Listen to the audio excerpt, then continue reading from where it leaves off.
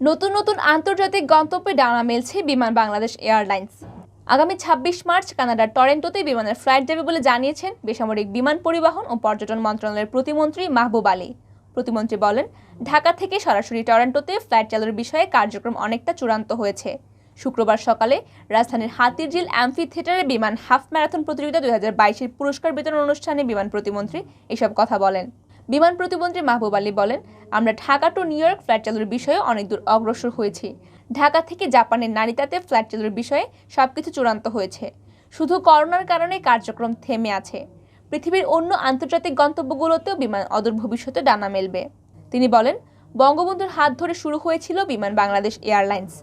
আজকে বঙ্গবন্ধু কন্যার হাতে তারুণ্য দীপ্ত বিমান এগিয়ে চলেছে। দেশের বিমানবন্দরগুলো একের পর এক সাজানো হয়েছে আন্তর্জাতিক অবয়বে। হযরত শাহজালাল আন্তর্জাতিক বিমানবন্দরের তৃতীয় টার্মিনাল এখন দৃশ্যমান। বিমানের সেবার মান নিয়ে আপোস করা হবে না জানিয়ে মাহবুব আলী বলেন, বাংলাদেশের পতাকা বহন করে বিশ্বের বিভিন্ন গন্তব্যে বিমান উড়ে যায়।